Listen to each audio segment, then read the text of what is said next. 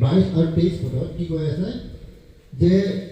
কুঁৱাৰীজনীয়ে গৰ্ভৱতী হৈ এটা পুত্ৰ প্ৰসৱ কৰিব আৰু তেওঁ কি কোৱা হ'ব ইমানুৱেল আমাৰ লগত ঈশ্বৰ বুলি গম পায়নে এনেকুৱা এজন ব্যক্তি যিজনে স্বৰ্গত নিবাস কৰে যিজনাৰ চৰণত সকলো বস্তু তেওঁ ঈশ্বৰৰো ঈশ্বৰ হয় প্ৰভুৰো প্ৰভু হয় তেওঁ ৰজাৰো ৰজা হয় তেওঁৰ অবিহনে এটা পাতো হিলিব নোৱাৰে পৃথিৱী সেই ঈশ্বৰ যোনটো স্বৰ্গত থাকে ইয়াতে কি কৈ আছে আমাৰ মাজত মানুহৰ মাজত আহি তেওঁ নিবাস কৰিব তেওঁ সময়ৰ বাহিৰত হয় তেওঁ আমাৰ পৰিস্থিতিৰ বাহিৰত হয় আমাৰ কল্পনাৰো তেওঁ বাহিৰত হয় সেনেকুৱা ঈশ্বৰ কিমান ডাঙৰ ঈশ্বৰ হ'ব লাগিব সেই ঈশ্বৰ আমাৰ মাজত বাস কৰিব বুলি কৈ আছে কেনেকৈ আমাৰ মাজত বাস কৰিব ঈশ্বৰ আমিতো মাটিৰে বনোৱা হয় আমি ধূলা হয় আমি একো নহয় তথাপিও আমাৰ মাজত তেওঁ বাস কৰিব বুলি কৈ আছে আপোনাৰ উৎপত্তি যেতিয়া আৰম্ভণি হৈছিলে মানুহক সৃষ্টি কৰা তেতিয়া মানুহৰ কাৰণে ঈশ্বৰে এটা কাম কৰিছিলে কি মানুহক বনাবৰ কাৰণে মাটি লৈছে লৈ কেনে নিজৰ হাতেৰে কষ্ট কৰিছিলে নিজৰ হাতেৰে কষ্ট কৰি নিজৰ স্বৰূপত যেনেকুৱা মই হয় যেনেকুৱা আপোনালোক হয় তেনেকুৱা ঈশ্বৰৰ এটা স্বৰূপ আমাক দান কৰিছে এনেকুৱা স্বৰূপ দি কেনে আমাক বনাইছে মানে ঈশ্বৰে কষ্ট কৰিছে আমাৰ কাৰণে আৰু এইখিনিত এৰি দিয়া নাই তেওঁ কৈছে নিজৰ আত্মা আমাৰ ভিতৰত দিছে ইমানখিনি কৰাৰ পিছত আমাক ত্যাগ কৰিব পাৰিলে ঈশ্বৰে ইমানখিনি কৰাৰ পিছত ঈশ্বৰে আমাক ইমান কষ্ট কৰি কিনে পেলাই দিছোঁ বুলি পেলাই দিব পাৰে ঈশ্বৰে কেতিয়াও সেইটো কৰিব নোৱাৰে ঈশ্বৰে যোনটো কষ্ট কৰি কিনে বনাইছে যোনটো কিমান প্ৰেম কৰিছে সেই বস্তু বচাবৰ কাৰণে নিজৰ পুত্ৰ মানুহ স্বৰূপত পৃথিৱী পঠাইছে যোহন 1 অধ্যায় 1 পদ লিখা আছে আদিতে বাক্য আছিল বাক্য ঈশ্বৰৰ সৈতে আছিল আৰু বাক্য স্বয়ং ঈশ্বৰ হয় সেই ঈশ্বৰ বাক্য যোনটো হয় তেওঁ আমাৰ নিচিনা হৈছে চৈধ্যপদত কি কৈছে সেই বাক্য চাবি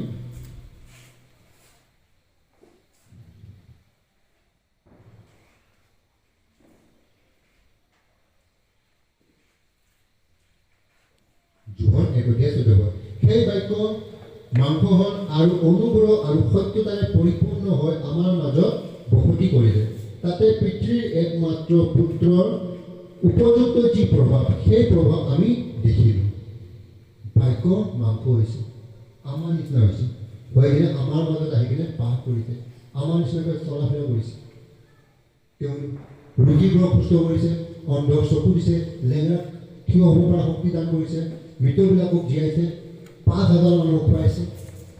তেওঁ এই অদ্ভুত কামবোৰ কৰি দেখুৱাইছে ইয়াতে থাকি কেনে আমাৰ মাজত আৰু তেওঁ ইয়াতে বহুত ধনী মানুহ হৈ কিনে থকা নাছিলে পূৰা আনন্দৰে ফূৰ্তিৰে থাকিব পৰা এনেকুৱা অৱস্থাত তেওঁ জন্ম হোৱা নাছিলে তেওঁ গোহালি ঘৰত ক'বলৈ গ'লে মেৰখীয়াৰ ঘৰত জন্ম হৈছে গোহালিটো ৰং শব্দ ইউজ হৈছে তো মেৰৰ যোনটো জাৰ্ণি তাতে জন্ম হৈছে প্ৰভু যীশু আৰু সেই জাৰ্ণিত জন্ম হৈ কিনে তেওঁ আন্ধাৰত প্ৰথম খ্ৰীষ্টমাছটোৰ কথা ভাবক প্ৰথম খ্ৰীষ্টমাছটো কেনেকুৱা হ'ব লাগিব আমি এতিয়া ডেক'ৰেশ্যন কৰিছোঁ ইমান বেলুন আছে ইমান ধুনীয়া ধুনীয়া গছ সজাইছোঁ লাইট দিছোঁ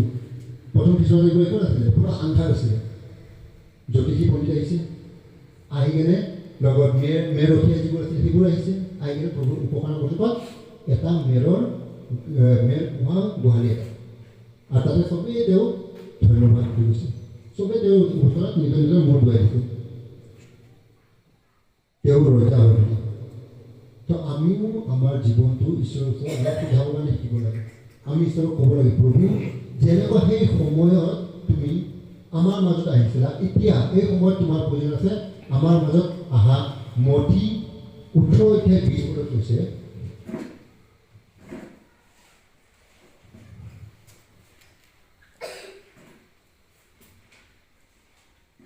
18 অধ্যায় 20 পদ 19 পদ পঢ়ি আছোঁ পুনৰাই মই তোমালোকক কওঁ পৃথিৱীত তোমালোকে দুজনৰ যদি প্ৰাৰ্থনা কোনো বিষয়ত এক মন হয় তেন্তে স্বৰ্গত থকা তোমাৰ পিতৃৰ দ্বাৰাই তেওঁলোকলৈ তাক সিদ্ধ কৰা হ'ব কিয়নো যি ঠাইত 2 বা 3জন মোৰ নামেৰে গোট খায় সেই গোট খোৱা হয় সেই ঠাইত ময়ো তেওঁলোকৰ মাজত থাকোঁ তো তো আমি ক'ব লাগে প্ৰভু আমি ইয়াতে নিজৰ নিজৰ পৰিয়ালত ঘৰত যেতিয়া বহু ফেমিলি প্ৰাৰ্থনা আমাৰ হ'ব লাগে আৰু তাতে ক'ব লাগে প্ৰভু তুমি আমাৰ মাজত আহা প্ৰভু যীশুৰ নামত প্ৰাৰ্থনা কৰিছোঁ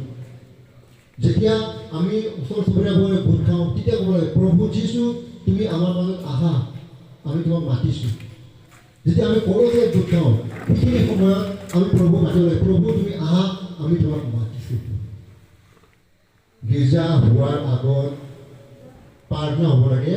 ইয়াতে যিকেইটা বিশ্বাসী আহে সেইকেইটা মিলি কিনে প্ৰভু এই সভাটো এতিয়াৰ পৰা তুমি শেষলৈকে চলাই নিয়া বুলি ঈশ্বৰৰ হাতত আমি সোধাব লাগে আমি ডাইৰেক্ট আহি কিনে ইয়াতে পাঁচৰে সোমবাৰটা বছৰ কৰিছে তাতে শুনিছোঁ আৰু গুচি গুচি ল'ব নালাগে গীৰ্জাৰ আৰম্ভণিৰ আগত ইয়াতে প্ৰাৰ্থনা হ'ব লাগে গীৰ্জা শেষ হোৱাৰ পিছত মানুহবোৰে লগ ধৰিব লাগে ইজনে সিজনে আহিব লাগে পাঁচজনক লগ ধৰিব লাগে ইয়াত থকা যিজনে প্ৰচাৰ কৰে তেখেতক লগ ধৰিব লাগে লগ ধৰি কিনে প্ৰাৰ্থনা কিবা যদি বিষয় থাকে ক'ব লাগে কিবা যদি প্ৰব্লেম আছে ক'ব লাগে আৰু লগতে মিলি কিনে সেইখিনি জেগাতে হওক বা তাতে হওক বহি কিনে চবেই এই গীৰ্জাটো যে ভালকৈ হৈ গৈছে ঈশ্বৰৰ সভাটো ৰাতিপুৱাৰ পৰা তেওঁলোকে চলাই নিছে তাৰ কাৰণে প্ৰাৰ্থনা কৰিব লাগে এইটো কি কয় ইউনিটি বুলি কয় মিলি থকা ইয়াতে বাইকত কৈ আছে ন যে তোমালোকে একেলগে এক মন হৈ কিনে কি কৰিবা প্ৰাৰ্থনা কৰিবা বেলেগ বেলেগ মন হয় নহয় পাষ্টৰৰ মন এটা তাৰপিছত প্ৰচাৰকৰ মন এটা তাৰপিছত যিবোৰ গীত গান গাই ইয়াৰ মন এটা বহি থকা মানুহবোৰে মানে মনটো উৰি আছে গীৰ্জাতে নাই কেনেকুৱা হ'ব ইয়াতে বীজ পেলাই আছে আৰু বীজটো ক'ত পৰি আছে সেইটো বহুত দৰকাৰী বীজ যদি ৰাস্তাৰ দাঁতিত পৰি যায় তেতিয়া কি হ'ব চৰাই আহি লৈ যাব চৰাই কি হয় ছয়তান বুজায় সি আহিব আৰু লৈ গুচি যাব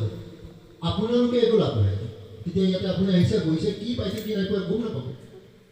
আপোনালোকে ইমান বছৰ ধৰি কিনে গীৰ্জাত আহি কিনে খ্ৰীষ্টমাছ মনাই আছে কেনেকুৱা খ্ৰীষ্টমাছ মনাই আছে আপোনালোকে নিজে হ'ব লাগে মই সঁচাকৈ প্ৰভুৰ লগত খ্ৰীষ্টমাছটো কৰি আছোনে নে অকল আহিছোঁ ইয়াৰ মানুহবোৰৰ লগত আনন্দ কৰিছোঁ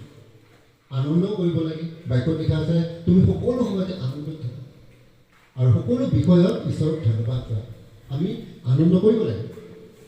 কিন্তু তাতকৈ যোনটো গুৰুত্বপূৰ্ণ মই যীশুৰ লগত আনন্দ কৰিছোঁনে মোৰ যীশুক মই ভালকৈ জানিছোঁনে বহুতে কয় মই যীশুক জানিছোঁ কিন্তু কোৱালৈকে জানিছোঁ যীশুৰ লগত আপোনাৰ সম্পৰ্ক কি হয়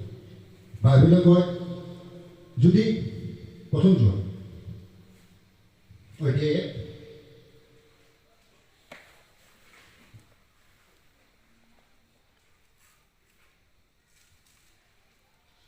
1 প্ৰথম যোৱা অধ্যায় 1 কিন্তু তেওঁ যেনেকৈ পোহৰত আছে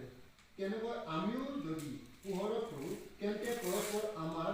সহভাগিতা আছে আৰু তেওঁৰ পুত্ৰ যীশুৰ তেজে সকলো পাপৰ পৰা আমাক খুচি কৰে ইয়াতে কি কৈ আছে যদি আমাৰ পৰস্পৰে কি আছে সহভাগিতা নোহোৱাকৈ আমি যীশুৰ লগত চলিছোঁ বুলি আমি ক'ব নোৱাৰোঁ আমাৰ মাজতে সহভাগিতা নাই যীশুৰ লগত সহভাগিতাটো শুদ্ধৰ কথা প্ৰথম সহভাগিতা আমাৰ মাজত হ'ব লাগে দ্বিতীয়তে সহভাগিতা যোনটো আটাইতকৈ গুৰুত্বপূৰ্ণ সেইটো কি ঈশ্বৰৰ লগত হ'ব লাগে ঈশ্বৰৰ লগত সহভাগিতা মানুহৰ লগত সহভাগিতা এই সহভাগিতা যেতিয়া হ'ব তেতিয়া আমি যীশুৰ লগত চলিছোঁ আৰু যদি যীশুৰ লগত আমি চলিছোঁ তেতিয়াহ'লে কি হ'ব প্ৰভুৰ তেজে আমাক সকলো পাপৰ পৰা খুচি কৰিব পাৰিব আমি যদিও কিবা পাপ কৰিছোঁ আমাৰ যদি কিবা পাপ হৈ গৈছে আমাৰ যদি কিবা ভুল হৈ গৈছে সেই পাপৰ পৰা আমাৰ বিষয়ে সম্পূৰ্ণ খুচি কৰিব চাফা কৰিব তাৰ কাৰণে সহভাগিতা বহুত দৰকাৰ আমি আজি খ্ৰীষ্টমাছৰ যোনটো সহভাগিতা কৰিছোঁ কিমান আনন্দ লাগিছে কাৰ আনন্দ লগা নাই চবৰে আনন্দ লাগিছে না এই সহভাগিতা ঈশ্বৰৰ লগত থাকিব মানুহে মানুহৰ পাপ ক্ষমা কৰিব লাগে তুমি পাছৰ ওচৰত গৈছা গৈ কিনে প্ৰভুৰ কাৰণে মই প্ৰাৰ্থনা কৰিছোঁ মোক ক্ষমা কৰিব পাছৰ কাৰণে প্ৰাৰ্থনা কৰক মই ক্ষমা বিচাৰিছোঁ মোক ঈশ্বৰ ক্ষমা কৰিব লাগে এইটো কি হয় ধৰ্ম সঁচা পশ্চাতাপ বাইবেলে কয় তুমি নিজৰ কোঠালিত যোৱা দৰ্শন কৰা আৰু বুকুতে দেখা তোমাৰ দৃষ্টিৰ আগত তুমি প্ৰাৰ্থনা কৰা কোনে দেখে বুকুতে তোমাৰ তেওঁৰ লগত প্ৰাৰ্থনা কৰিব লাগে তেওঁৰ লগত এই সহভাগিতা প্ৰথম তাৰপিছত মানুহৰ লগত সহভাগিতা আৰু ঈশ্বৰে প্ৰভু ঈশ্বৰে যে তেওঁৰ তেজে আমাক খুচি Bluetooth mode. আৰু আমাক চাফা কৰিব আত্মৰত আছে আমাৰ পাপ নাই বুলি যদি কওঁ তেন্তে আমি নিজেই নিজকে ভুলাওঁ আৰু আমাৰ অন্তৰত সত্যতা নাই। কোনে কয় মোৰ পাপ নাই বুলি? কোনোবা ক'ব পাৰিব মোৰ পাপ নাই, মই ধাৰ্মিক হয়? কোনো নোৱাৰে।